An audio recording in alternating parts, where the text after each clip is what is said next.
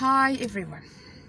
عايزة أتكلم معاكم بخصوص بعض المستويات اللي في ناس بتبقى واصفة في اللغة الإنجليزية في مستوى معين، فيقولوا لي يا دكتور بسمة أنا مش بتطور ليه؟ لما أنت بتكون في مستوى معين فأنت مش مطور في الكلمات بتاعتك. يعني إيه؟ إحنا عندنا مثلا على سبيل المثال عندنا بعض الادجectives اللي هي بنقول عليها ضعيفة، وفي strong adjectives اللي هي الصفات القوية. لما انا ارفع من مستوايا وبدل ما استخدم الصفات اللي هي الضعيفه اللي استخدمتها في المستويات اللي هي القليله مثلا، لا انا عشان اقوي نفسي، او يا ريت من الافضل من الاول انك تستخدمها على طول. طيب تعالوا نشرح ازاي ايه هي الصفات القويه دي وايه هي الصفات الضعيفه. يعني مثلا لو خدنا مثلا عايزه اقول لحد انت ذكي، فبقول له you are smart او you are intelligent. تمام.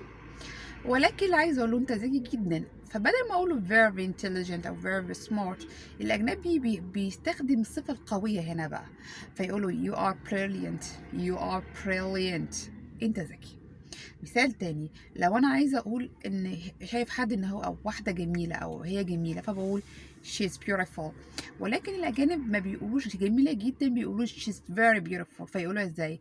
she's gorgeous. يبقى اذا انا لما اجي اتكلم استخدم gorgeous، استخدم brilliant.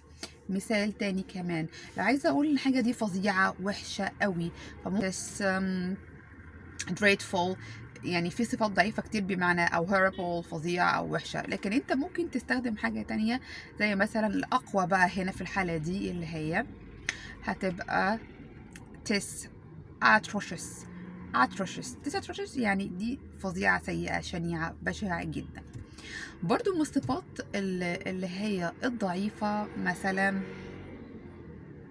لو خدنا strong، this boy is strong. this boy is strong يعني الولد ده قوي، فانا عايزه اقول ده هو قوي جدا، او يا ريت استخدم على طول الصفه اللي هي القويه، فهقول this boy is vigorous.